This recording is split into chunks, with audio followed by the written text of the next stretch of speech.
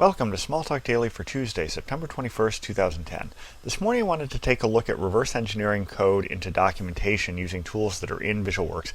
Now in Object Studio you have the modeling tool already.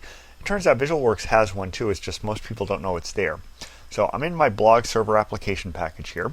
What I'm going to do is go to the Parcel Manager.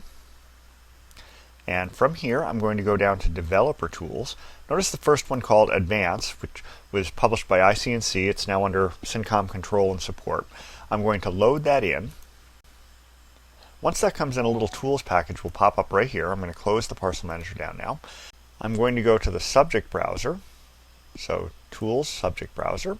I'm going to bring this into the view, and I'm going to create a new one, New Subject. And I'm just going to call this from a package. I'm going to say Next. I'm going to select my blog package right here.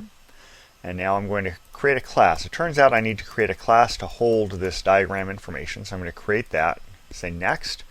Just hit OK on that. And now hit Next. And it's going to give me all of this. If I go to Default and hit Open here, it takes it a moment to map everything in, but now it's brought in everything that was in that package. Now this is a little cramped. I've got it, notice here, I've got the magnification set to 100%. If I want to see a little more, I can say set it down to 75%. And that'll shrink things down. I can scroll around here and move around, and I can see everything in here. Also, one of the things a lot of people don't realize you can do, and it's perhaps under a confusing menu item, Window Documenter. This is how you can produce HTML documentation from that thing that I'm looking at. So I want to pick my subject and I want to give it a path. I can also give it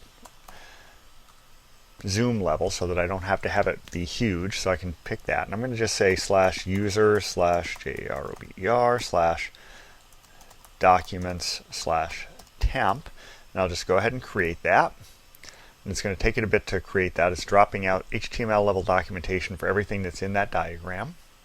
Now it's complete, and if I bring up a Finder window, and of course if I was on Windows I'd bring up Explorer, but either way, let's get this out of the way. And then we'll go to Documents, and under Temp, you'll see I have this Images directory in this HTML document. So let me open that, and I will go ahead and open that with, and I'll pick one of my browsers. I'll pick Safari because it doesn't happen to be running, which means it'll bring it up in this view frame instead of some other one of my logical desktops.